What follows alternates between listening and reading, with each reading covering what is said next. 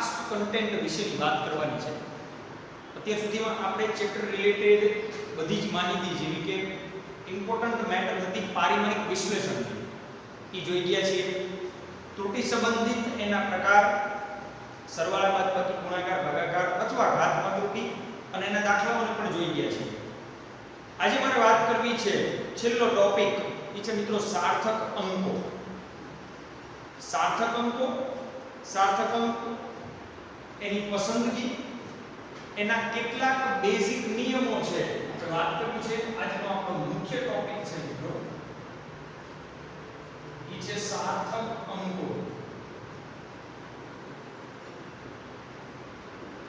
તો સાર્થક અંકો વિશે આપણે આજે સાર્થક અંકો વિશેના કેટલાક મહત્વના નિયમો અને એને સંબંધિત આપણે રાઉન્ડ ઓફ કરવાની પદ્ધતિ આજના મુખ્ય ટોપિકની અંદર આપણે શીખવાની છે.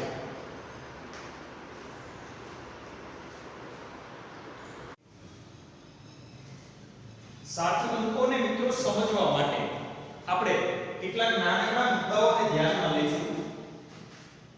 આપણે જાણીએ છીએ કે કોઈ પણ માપન તમે લો, તમે એક વેધ આમ ભરો, ફરીથી એ જ સ્થાન ઉપર બીજી વેધ ભરો તો આપણા ખુદના માપનમાં ત્રુટિ હોય છે. તો કોઈ પણ માપન એની અંદર મિત્રો ત્રુટિ હોય છે. તેથી પરિણામ એવી રીતે દર્શાવવા જોઈએ કે જેથી આપણને એની સચોટતા, એની વિશ્વસનીયતા સ્પષ્ટ થાય. અને એના માટે આપણે જે રીડિંગ લઈશું, ઉદાહરણ તરીકે મેં કોઈ ભૌતિક રાશિના માપનમાં લંબાઈનું માપન લીધું 1.35 સેન્ટીમીટર. તો મેં માપન કર્યું છે જે સંખ્યા 1.35 ઈ પરિણામ એક સંખ્યા દર્શાવે છે. એટલે સામાન્ય રીતે માપનમાં દર્શાવાતા પરિણામો એક સંખ્યા હોય છે જેમાં બધા વિશ્વસનીય અંક તથા પ્રથમ અચોક્કસ અંકનો સમાવેશ થાય છે. તો આપણને પ્રશ્ન થાય મિત્રો, વિશ્વસનીય અંક એટલે શું? પ્રથમ અચોક્કસ અંક એટલે શું? તો આ વિશ્વસનીય અંક અને અચોક્કસ અંક એને સંખ્યાના સાર્થક અંકો કહેવાય. આપણા માપનમાં આવતા અંકો એમાંથી કેટલાક અંકો આપણા વિશ્વસનીય અંકો હોય અને પાછળના અંકો ઈ અચોક્કસ અંક હોય. કેટલાક અંકો વિશ્વસનીય હોય અને પાછળના અચોક્કસ, પ્રથમ અચોક્કસ અંક હોય. એને સમજવા માટે મેં એક ઉદાહરણ લીધું છે. ઉદાહરણ તરીકે સાદા લોલકના દોલનનો આવર્તકાળ 1.62 સેકન્ડ છે. તો મિત્રો આ 1.62 માં 1 અને 6 એ મારા વિશ્વસનીય અંક થયા. જ્યારે સૌથી છેલ્લું માપન જે આપેલું છે આપણને 2, સૌથી છેલ્લું માપન છે 2, ઈ થઈ ગયો મારો અચોક્કસ અંક. 1 અને 6 એ મારા વિશ્વસનીય અંકો થયા, 2 થઈ ગયો મિત્રો અચોક્કસ અંક. આમ આપણે જ્યારે સાર્થક અંકોની વાત કરતા હોય ત્યારે કોઈ પણ ભૌતિક રાશિના માપનમાં મળેલું પરિણામ એ વિશ્વસનીય અંક અને પ્રથમ અચોક્કસ અંકથી બનેલું હોય છે. એટલે એક સાદું ઉદાહરણથી આપણે એને સમજી શકીએ કે આ વિશ્વસનીય અંક છે અને આ અચોક્કસ અંક છે. તો સાર્થક અંકની અંદર શરૂઆતના પહેલા સ્ટેજની અંદર મિત્રો આપણે ધ્યાનમાં લઈશું એ છે વિશ્વસનીય અંક અને અચોક્કસ અંકથી જે સંખ્યા બને છે ઈ સંખ્યામાં આવતા દરેક અંકો ઈ આપણા સાર્થક અંકો છે. શું છે? ઈ આપણા સાર્થક અંકો છે. કોઈ માપનને જુદા જુદા એકમોમાં પરિવર્તિત કરવાથી સાર્થક અંકની સંખ્યા ન બદલાય. એનું ઉદાહરણ તમે અહીં સમજી શકો છો. આગળ જતા એને પણ સમજીએ. 185 મીટર હોય, 185 00 સેન્ટીમીટર હોય, મિલીમીટર હોય. એમાં સાર્થક અંક તો 3 જ રહે, 185. તો આ પ્રમાણે અલગ અલગ સાર્થક અંકને સમજવા માટે મિત્રો એના કેટલાક બેઝિક નિયમો છે. આ તો વાત થઈ આગળની શરૂઆતની વાત. માત્ર તમને સાર્થક અંક કોને કહેવાય? તો કે સંખ્યામાં આવતા વિશ્વસનીય અંક, સંખ્યામાં આવતા વિશ્વસનીય અંક અને અચોક્કસ અંક એને આપણે સાર્થક અંક કહીશું. પ્રથમ અચોક્કસ અંક. કેટલાક નિયમો સાર્થક અંક નક્કી કરવા માટેના આપણે ધ્યાનમાં લેવાના છે. એમાં પ્રાથમિક તબક્કામાં પ્રથમ સ્ટેજના નિયમો છે ઈ 5 નિયમો મિત્રો આપણે વ્યવસ્થિત જોઈએ. પહેલો, બધા જ શૂન્યેતર અંકો સાર્થક અંકો છે. શૂન્યેતર શબ્દ હું જ્યારે વાપરું ને એનો મતલબ એવો થાય કે શૂન્ય સિવાયના. બધા જ શૂન્યેતર અંકો સાર્થક અંકો છે. પહેલો નિયમ. અને આપણે ધ્યાનમાં પણ લઈશું કારણ કે આપણે કોઈ સંખ્યામાં સાર્થક નક્કી કરવો હશે ત્યારે નિયમોને મારે ધ્યાનમાં લેવાના છે. તો ફરી એકવાર આપણે વાત કરી મિત્રો બધા જ શૂન્યેતર અંકો સાર્થક અંકો છે. બીજો નિયમ, સંખ્યામાં જો દશાંશ ચિહ્ન હોય, દશાંશ ચિહ્ન એટલે તમે જાણો છો પોઈન્ટ વાળી સંખ્યા, દશાંશ ચિહ્ન હોય અને તે ગમે ત્યાં હોય, સંખ્યામાં દશાંશ ચિહ્ન હોય અને તે ગમે ત્યાં હોય તો પણ બે શૂન્યેતર અંકોની વચ્ચે આવેલા શૂન્યાંકો સાર્થક અંકો છે. બે શૂન્યેતર અંકોની વચ્ચે આવેલા શૂન્યાંકો દશાંશ ચિહ્ન હોય કે દશાંશ ચિહ્ન ન હોય એ સાર્થક અંક જ હોય. ઉદાહરણ તરીકે 45.008 સેન્ટીમીટર આપેલું છે મિત્રો, તો આ શૂન્યેતર અંક 8 અને 5 એ શૂન્યેતર અંકો છે. તેની વચ્ચે શૂન્યાંકો આવેલા છે, શૂન્ય અંકો, શૂન્ય અંકો એને આપણે ભેગું કહીશું શૂન્યાંકો. શૂન્યાંકો છે 0 0, તો આપણી પાસે સાર્થક અંકોની સંખ્યા આમાં 5 મળશે. નિયમ બરાબર ધ્યાનમાં રાખજો. પહેલો નિયમ છે બધા જ શૂન્યેતર અંકો સાર્થક અંકો છે. રેડી વાદી. બીજું, સંખ્યામાં જો દશાંશ ચિહ્ન હોય અને તે ગમે ત્યાં હોય તો પણ બે શૂન્યાંકોની વચ્ચે આવેલા અંકો બે શૂન્યેતર અંકોની વચ્ચે આવેલા શૂન્યાંકો સાર્થક અંક છે. ઉદાહરણ તરીકે 45.008 માં 5 સાર્થક અંક છે, 4 5 0 0 8. અલગ અલગ સંખ્યા 4 5 0 બીજો 0 અને 8 એ આપણા 5 સાર્થક અંકો થયા. આ છે બીજો નિયમ. ત્રીજો નિયમ, પૂર્ણાંક સંખ્યામાં અંતિમ શૂન્યાંકો સાર્થક અંક નથી. શેમાં? પૂર્ણાંકમાં, અપૂર્ણાંકમાં નહીં. પૂર્ણાંક સંખ્યા એટલે પોઈન્ટ સિવાયની સંખ્યા, સમજો. પૂર્ણાંક સંખ્યા એટલે પોઈન્ટ સિવાયની સંખ્યા. ઉદાહરણ તરીકે 185 મીટર.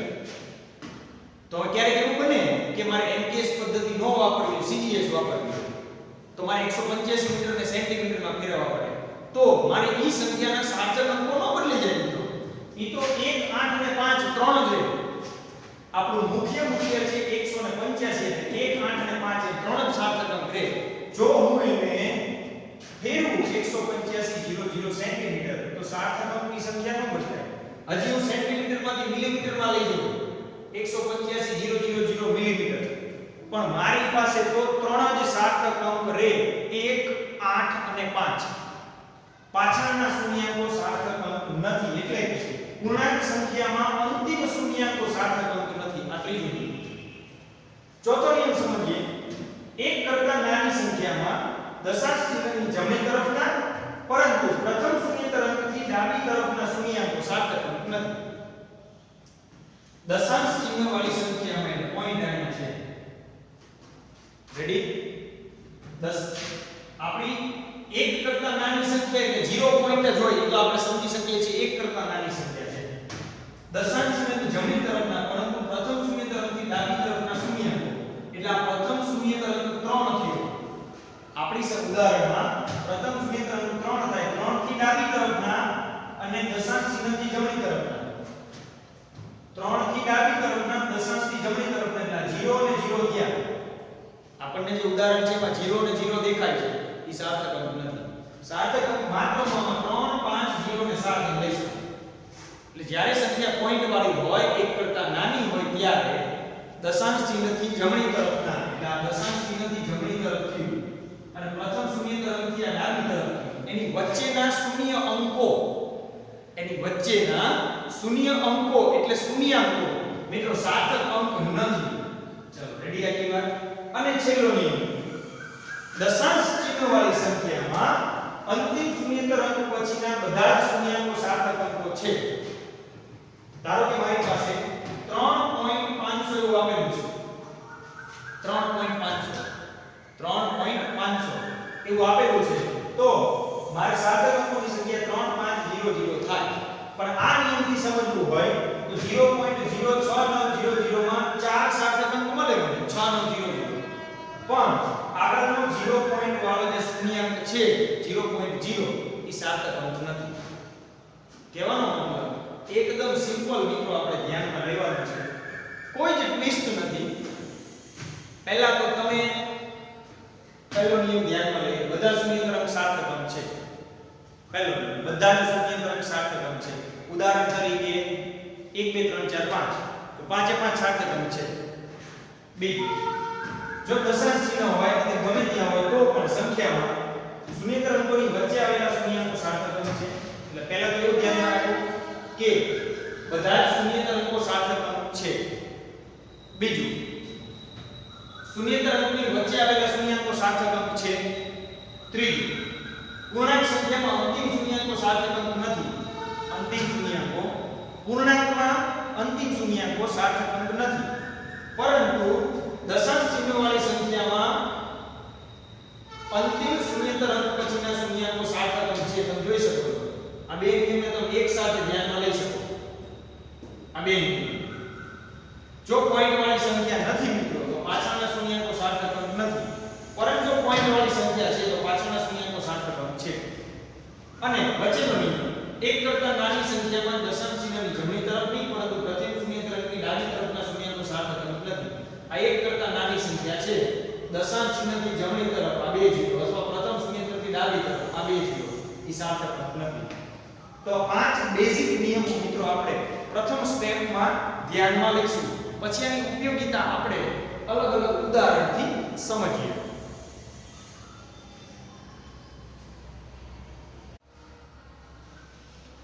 આગળ સાર્થક અંકની અંદર વિદ્યાર્થી મિત્રો થોડી વધારે વિશેષ વાત કરીએ તો આપણે સાર્થક અંકો નક્કી કરવા માટે માપનને વૈજ્ઞાનિક સંકેતમાં દર્શાવવું જોઈએ, જે વધારે બેટર રહેશે. ક્યારેક આ મીટર, સેન્ટીમીટર, મિલીમીટર એમાં જો આપણને સમજવામાં પ્રોબ્લેમ થતો હોય તો આપણે વૈજ્ઞાનિક સંકેત મુજબ એને સમજવા જોઈએ. ઉદાહરણ તરીકે 4.700 મીટર છે. તમે જાણો છો 1 મીટર એટલે 100 સેન્ટીમીટર તો એને 10 ની 2 ઘાતમાં દર્શાવો. 10 ની 3 મિલીમીટર થાય. કિલોમાં ફેરવવું હોય આપણી પાસે બધા પૂર્વજો હાજર જ છે મિત્રો, તો એને 10 ની -3 કિલોમીટર કહેવાય. બધાયમાંથી એકમો ભરી ગયા છે, પરંતુ આપણી પાસે 7 અંકો તો મિત્રો 4 જ છે. 4 7 0 અને 0 આ પ્રમાણમાં દર્શાવી શકે. એટલે જ્યારે મારે એકમોનું પરિવર્તન કરવું હોય ત્યારે ભૌતિક વિજ્ઞાનની અંદર હું વૈજ્ઞાનિક સંકેત એટલે 10 ની ઘાત સ્વરૂપે દર્શાવી શકે. એક નાનકડી રજૂઆત એને ધ્યાનમાં લેવાની છે. એના પછી મિત્રો બે નિયમો મારે આગળ જોવા છે. સાર્થક સંખ્યાની ગાણિતિક પ્રક્રિયા માટેના નિયમ. સૌથી પહેલી સંખ્યામાં ગુણાકાર કે ભાગાકારથી મળતા અંતિમ પરિણામમાં, ધારો કે કોઈ સંખ્યાનો આપણે ભાગાકાર કરી છે, કોઈ સંખ્યાનો ગુણાકાર કરી છે અને મને અંતિમ પરિણામ મળે છે, એમાં એટલા જ સાર્થક અંકો રાખવા જોઈએ જેટલા મૂળ સંખ્યા પૈકીની જે સંખ્યામાં લઘુત્તમ હોય. ધારો કે બે સંખ્યા મેં ભાગાકારમાં વાપરી છે તો બે સંખ્યા ગુણાકારમાં વાપરું છું. બે માંથી જેમાં લઘુત્તમ સાર્થક અંક હોય એટલા જ અંકો મારા અંતિમ પરિણામમાં રાખવા જોઈએ. સાચી પદ્ધતિ આ છે. ઉદાહરણ તરીકે ઘનતાના માપનમાં 4.237 ગ્રામ સાર્થક અંક 4 છે. 4 2 3 અને 7 ચાર સાર્થક અંકો થયા. 2.51 સાર્થક અંકો 3 છે તો આના જવાબમાં 3 જ સાર્થક અંક રાખીશ. 1.69. તો જે બે સંખ્યાનો હું ભાગાકાર કે ગુણાકાર કરું છું એ બે સંખ્યામાંથી કઈ સંખ્યામાં લઘુત્તમ સાર્થક અંક છે અને એ કેટલા છે એટલા સાર્થક અંકો મારા અંતિમ પરિણામમાં રાખવાના. કોઈ પણ ઉદાહરણ તમે સમજી શકો. બીજું, સંખ્યાઓના સરવાળા બાદબાકીથી તે સંખ્યાઓમાંથી લઘુત્તમ દશાંશ સ્થાન ધરાવતી સંખ્યામાં જેટલા દશાંશ સ્થાનો હોય તેટલા જ દશાંશ સ્થાનો અંતિમ પરિણામમાં રાખવા જોઈએ. હવે મારી પાસે 3 રીડિંગ છે. આ આપણું દશાંશ સ્થાન છે, સમજો. દશાંશ સ્થાન પછી 2 એટલે કે 32, પછી એકલો 2 છે એટલે એક જ સ્થાન છે અને અહીંયા 3 સ્થાન છે. તો આમાંથી લઘુત્તમ કેટલા થયા મિત્રો? તો કે દશાંશ સ્થાન પછી 3 અને 2 એટલે 2. તો આ એક લઘુત્તમ થયો. તો મારે જે અંતિમ પરિણામ મળે છે મને આ ત્રણેયનો હું સરવાળો કરું મિત્રો અહીંયા, તો મને 663.821 મળે. પરંતુ મારી પાસે લઘુત્તમ દશાંશ સ્થાન 1 હોવાથી એનું અંતિમ પરિણામ 663.8 ગ્રામ લઈશું. આ મને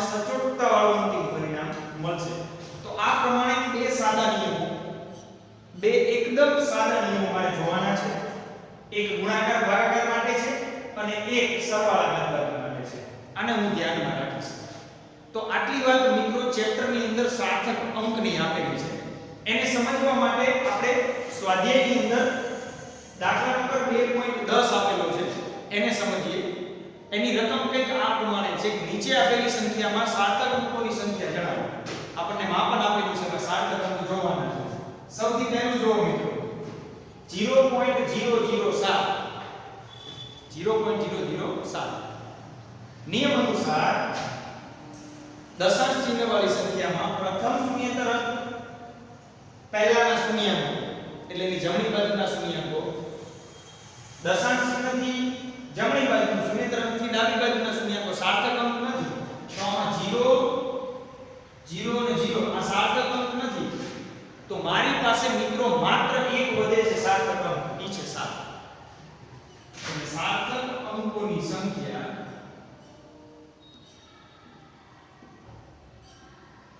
સાર્થક અંક 7 છે અને સંખ્યા છે 1 આ જવાબ. ચલો અહીંયા વાત કરીએ. આપણે વૈજ્ઞાનિક પદ્ધતિની વાત કરી, વૈજ્ઞાનિક સંકેતની. તો 10 ની ઘાતમાં દર્શાવું મિત્રો તો 10 ની ઘાતના એકય મૂલ્યાંકો સાર્થક અંકમાં ન આવે. તો મારી પાસે છે 2.64 એટલે મારી પાસે ત્રણેય શૂન્યેતર સંખ્યા છે. અને આપણા નિયમ અનુસાર બધા જ શૂન્યેતર અંકો સાર્થક અંકો છે. એટલે સાર્થક અંકો 2 6 અને 4 છે અને એની કુલ સંખ્યા મિત્રો 3 છે. આમ આપણે વાત કરીએ 0.2370 તો મિત્રો આમાં સાર્થક અંકો આપણે હમણાં જ નિયમ જોયો દશાંશ ચિહ્ન વાળી સંખ્યામાં અંતિમ શૂન્યેતર પછીના શૂન્યાંકો પણ સાર્થક અંક છે. એટલે 2 3 7 અને 0 એની કુલ સંખ્યા મિત્રો મળશે મને 4. આટલું સિમ્પલ છે આ સમજ. આપણે જેટલા નિયમો જોયા છે ને એ બધાય આ સિમ્પલ ઢબથી સમજવાના છે. નિયમો લખવા માટે જ અઘરા છે, એને લાગુ પાડવા માટે બહુ સિમ્પલ છે. અહીંયા જોવો તમે સાર્થક અંકો 6.320 બધાય આવશે 6 3 2 અને 0. તો એની સાર્થક સંખ્યા કેટલી થશે 4. આપણો જવાબ છે. ફરીથી 6.023 સાર્થક અંકો બે શૂન્યેતર અંક વચ્ચેના શૂન્યાંકો પણ સાર્થક અંકો છે. એટલે 0 સાર્થક અંક કહેવાય. એટલે 6 0 2 અને 3 થશે. તો એની સંખ્યા થશે મિત્રો 4 થશે.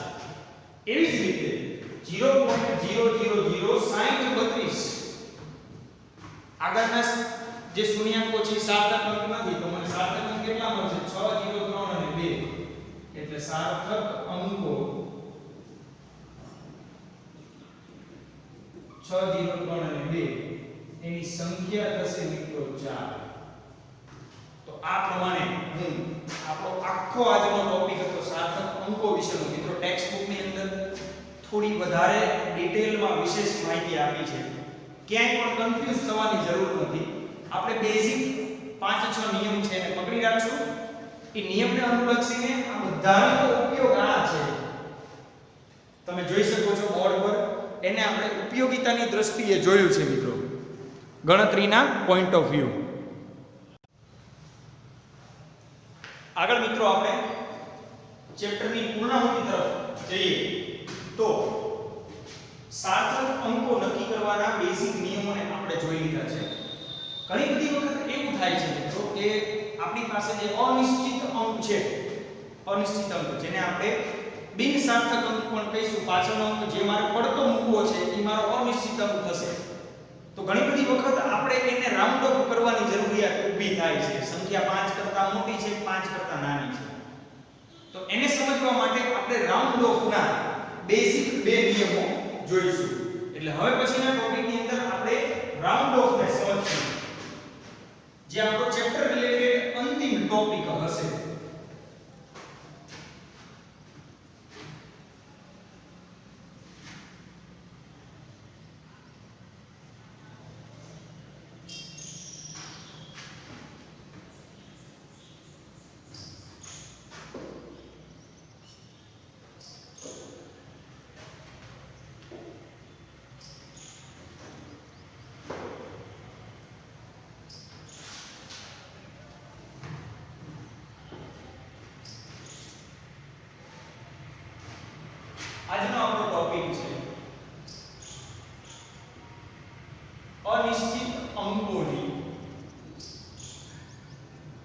અનિશ્ચિત અંકોની સમનિકટતા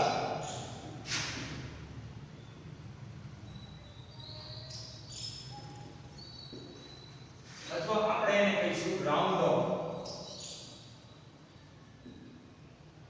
ઓફ કરવાની ટેકનિક અનિશ્ચિત અંકોની સમનિકટતા અથવા રાઉન્ડ ઓફ.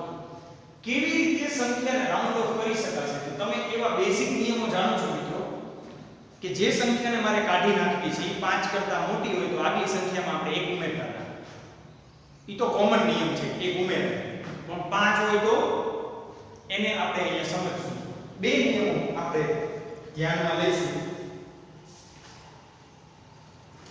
પહેલો નિયમ, જો પડતો મૂકવામાં આવતો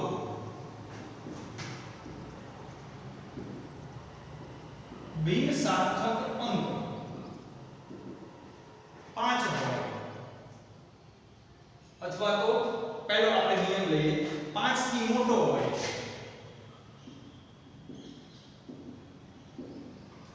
5 થી મોટો એટલે 6 7 8 અને 9 આપણે એ પ્રમાણે એને સમજશું. એટલે જો પડતો મૂકવામાં આવતો બિન સાર્થક અંક 5 થી મોટો હોય તો તે અંકના પૂર્વવર્તી અંકમાં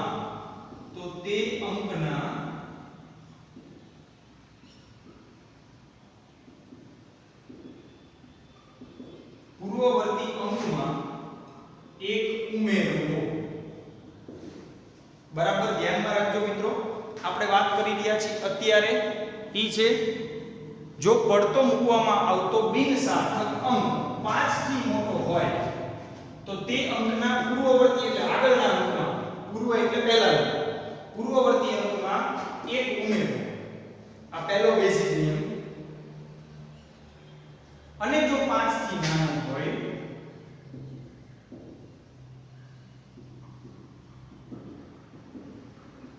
તો કોઈ જ ફેરફાર કરવો નહીં.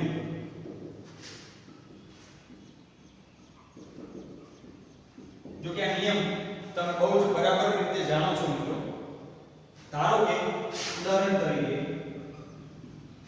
મારી પાસે સંખ્યા છે 3.768 તો મારે 8 ને પડતો મૂકવો છે. 8 ને ઈ 8 કેવો છે તો કે 5 થી મોટો છે તો આગળની સંખ્યા એટલે પૂર્વવર્તી અંક એટલે 6 તો આને હું રાઉન્ડ ઓફ કરીશ 3.77 કોઈ પણ માપ હોઈ શકે છે. અથવા મારી પાસે એવી સંખ્યા છે 52.32 એમાં પડતો મૂકવાનો અંક 2 છે તો એને આ 5 કરતા નાનો થઈ ગયો એટલે હું એને 52.3 આવું લખી શકું. કોઈ એક એકમની દ્રષ્ટિએ તમે એને દર્શાવી શકો છો. સપોઝ સેન્ટીમીટર લખી નાખો ને એટલે ચાલે. કોઈ એક માપનનું મૂલ્ય છે તો આ થઈ ગયો આપણો રાઉન્ડ ઓફ નો પહેલો નિયમ. જો પડતો મૂકવામાં આવતો બિન સાર્થક અંક 5 થી મોટો હોય તો તે અંકના પૂર્વવર્તી અંકમાં 1 ઉમેરવો. અને જો 5 થી નાનો હોય તો કોઈ જ ફેરફાર કરવો નહીં, જે આપણે એક ઉદાહરણથી ત્યાં જોયું.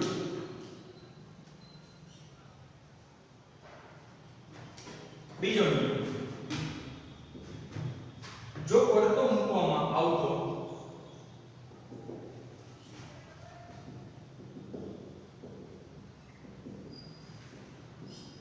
બિન સાર્થક અંક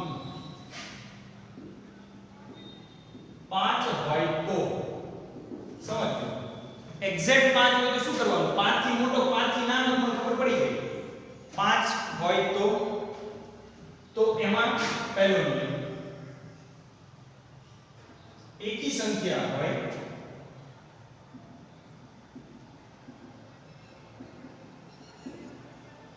જો એક્ઝેક્ટ 5 હોય અને પૂર્વવર્તી અંક શબ્દ વાપરશું આપણે પૂર્વવર્તી અંક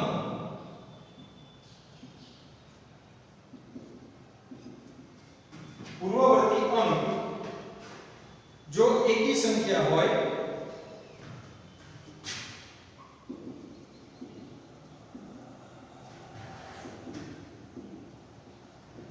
તો તેમાં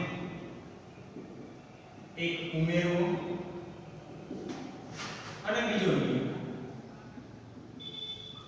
પૂર્વવર્તી અંક જો બેકી સંખ્યા હોય તો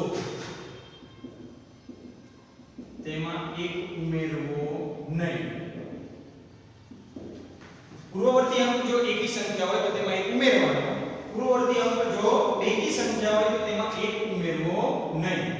ઉદાહરણ તરીકે આપણે ઉદાહરણ લઈએ પછી એમાં થોડી ચર્ચા પણ કરીએ સાથે સાથે કે મારી પાસે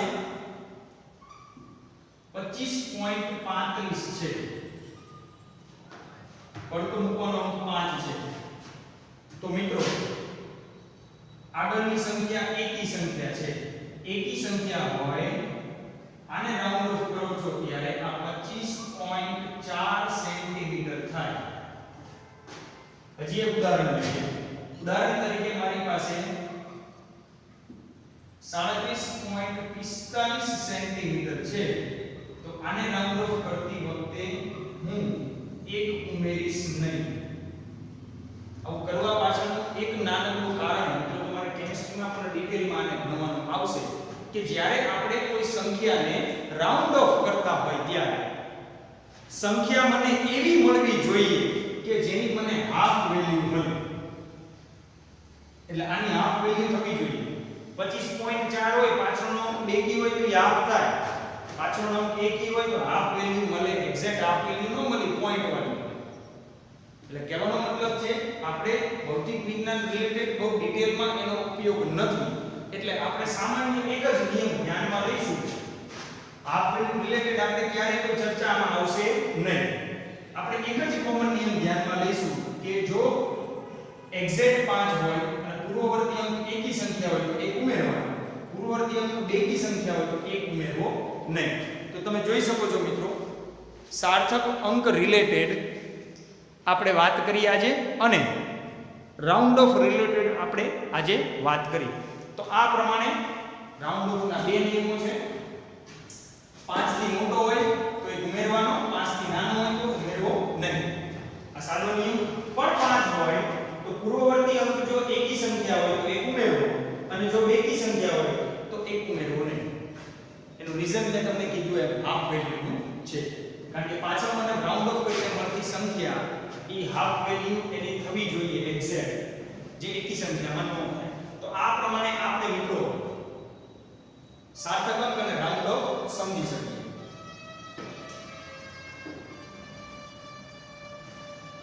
એક ઉદાહરણ તમને આપેલું છે, નાનકડું ઉદાહરણ આપણે આમાં જોવું છે અને ચેપ્ટરને પૂરું કરીએ મિત્રો. આમાં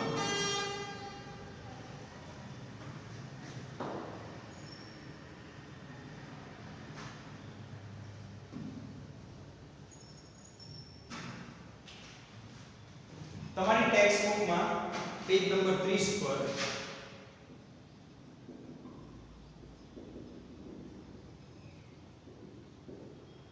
પેજ નંબર 30 પર ટેક્સ્ટ બુકમાં ઉદાહરણ આપેલું છે 2.14.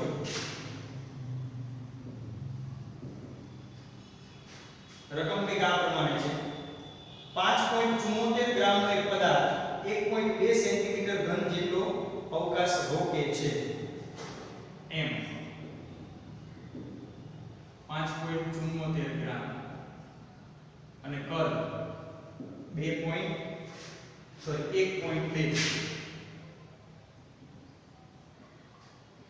સેન્ટીમીટર ઘન જેટલો અવકાશ રોકે છે. સાર્થક અંકોને ધ્યાનમાં રાખીને તેની ઘનતા મેળવો.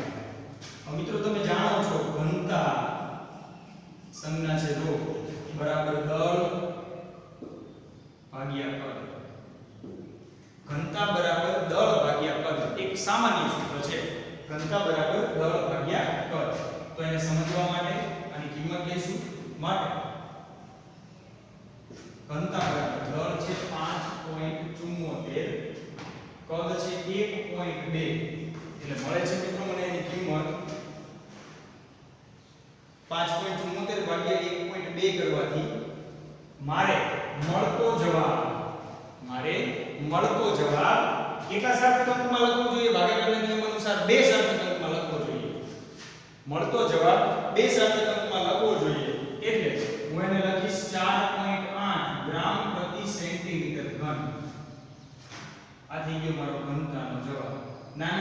રજૂઆત છે એક નાનકડી ખાલી જગ્યા સ્વરૂપે તમારે એને જોવાની છે અને એ પ્રમાણે આપણે આગળ જોઈશું. તો આ પ્રમાણે મિત્રો આજના આપણા ટોપિક રિલેટેડ અને ચેપ્ટર રિલેટેડ તમારે બહુ જ વ્યવસ્થિત રીતે ચેપ્ટરને પ્રિપેર કરવાનું છે. મિત્રો આખા ચેપ્ટરની અંદર JEE નીટ માટે જો આપણે મહત્વના મુદ્દાઓની વાત કરીએ તો ચેપ્ટરની અંદર JEE નીટ માટે સૌથી પહેલો અને મહત્વનો મુદ્દો એ છે પારિમાણિક સૂત્રો. પારિમાણિક સૂત્રો સમજવા માટે આપણે ભૌતિક રાશિના આંતર સંબંધો જોયા હતા. આંતર સંબંધો પરથી પારિમાણિક સૂત્રોને વ્યવસ્થિત આપણે ધ્યાનમાં લીધા હતા. એના માટે મેં તમને વાત કરી હતી ટેક્સ્ટ બુકની પાછળ એક એપેન્ડિક્સ આપેલી છે. ઈ એપેન્ડિક્સ એની અંદર અલગ અલગ ભૌતિક રાશિના પારિમાણિક સૂત્રો આપેલા છે. તો એ પ્રમાણે આપણે મિત્રો ચેપ્ટરની અંદર પારિમાણિક સૂત્રોને તમે પ્રિપેર કરજો. પારિમાણિક વિશ્લેષણની પદ્ધતિના 3 અલગ અલગ કેટેગરીના મુદ્દાઓ તમને લખાયા હતા, એના આપણે દાખલા જોયા હતા, એને પ્રિપેર કરવાના છે. બીજું ચેપ્ટરમાં ત્રુટિ રિલેટેડ જે દાખલાઓ છે, ત્રુટિના સંયોજનો રિલેટેડ અને ત્રુટિ રિલેટેડ, એને થોડું વ્યવસ્થિત પ્રિપેર કરવાનું છે. એને રિલેટેડ MCQ પણ પૂછાય છે. રાઉન્ડ ઓફ એના સાદા નિયમો આપણે ધ્યાનમાં રાખવાના છે. ભૌતિક વિજ્ઞાનની અંદર આગળ જ્યારે સંખ્યા લેતી વખતે અથવા મૂલ્ય લેતી વખતે આપણને એનો માઇનોર આઈડિયા હોય, આપણે બસ એટલી જ વસ્તુને ધ્યાનમાં રાખવાની છે. તો આ પ્રમાણે આપણા ફિઝિક્સનું હાર્ટ સમાન એવું ચેપ્ટર છે એકમો તથા માપનો, એમાં તમે આટલી વસ્તુ મિત્રો ધ્યાનમાં રાખશો અને બહુ વ્યવસ્થિત રીતે પ્રિપેર કરશો. હવે પછી નવા ચેપ્ટર સાથે આપણે નેક્સ્ટ લેક્ચરમાં મળશું. Thank you.